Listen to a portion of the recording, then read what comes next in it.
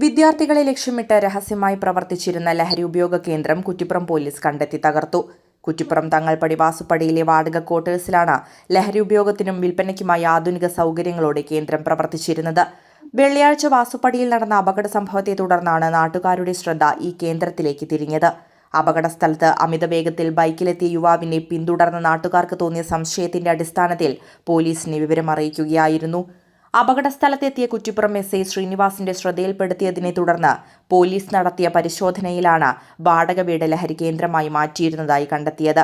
പോലീസിനെ കണ്ടതോടെ സ്ഥലത്തുണ്ടായിരുന്ന യുവാവ് ഓടി രക്ഷപ്പെട്ടു. തുടർന്ന് നടത്തിയ വിശദമായ പരിശോധനയിൽ കോളേജ് വിദ്യാർത്ഥികൾക്കായി ലഹരി ഉപയോഗത്തിനായി പ്രത്യേകമായി സജ്ജീകരിച്ച മുറികളും ചുമരുകളിലെ എഴുത്തുകളും പോലീസിന്റെ ശ്രദ്ധയിൽപ്പെട്ടു. സ്വർഗം എന്ന തരത്തിൽ ചിത്രീകരിച്ച മുറികളിൽ ചാർലി, ബെർലിൻ, ചുവന്ന കണ്ണ്, വലിയ ചിരി, റൂഹിനിവിട, ടോക്സിക് തുടങ്ങിയ കോഡ് പേരുകളും ഭീകരചിത്രങ്ങളും ചുമരുകളിൽ വരച്ച നിലയിലായിരുന്നു. പരിശോധനയിൽ വിൽപ്പനയ്ക്കായി സൂക്ഷിച്ചിരുന്ന 585 ഗ്രാം കഞ്ചാവും പുകവലിക്കാൻ ഉപയോഗിക്കുന്ന 3 ഫർണസുകളും പോലീസ് കണ്ടെടുത്തു. വിദ്യാർത്ഥികൾ സ്ഥിരമായി ഇവിടെ എത്താറുണ്ടെന്നാണ് നാട്ടുകാർ പറയുന്നത്. സംഭവവുമായി ബന്ധപ്പെട്ട് തിരുനവായ സ്വദേശി മുഹമ്മദ് ദിൽഷാദ് ശനിയാഴ്ച ഉച്ചയ്ക്ക് പോലീസ് കസ്റ്റഡിയിലായി.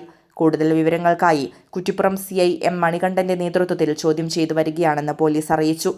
വിദ്യാർത്ഥികളെ കേന്ദ്രീകരിച്ച് വീട് വാടകയ്ക്കെടുത്ത് ലഹരി ഉപയോഗത്തിനും വിൽപ്പനയ്ക്കുമായി സംവിധാനം ഒരുക്കിയതാണെന്നാണ് പോലീസിന്റെ നിഗമനം. SI ശ്രീനിവാസൻ SK, ASI അമ്പിളി, ശ്യാം, ലിബിൻ, ഷെറിൻ എന്നിവരടങ്ങിയ സംഘമാണ് പരിശോധനാ സംഘത്തിലുണ്ടായിരുന്നത്. തിരൂർ കോടതിയിൽ ഹാജരാക്കിയ പ്രതിയെ റിമാൻഡ് ചെയ്തു. News desk D4 News.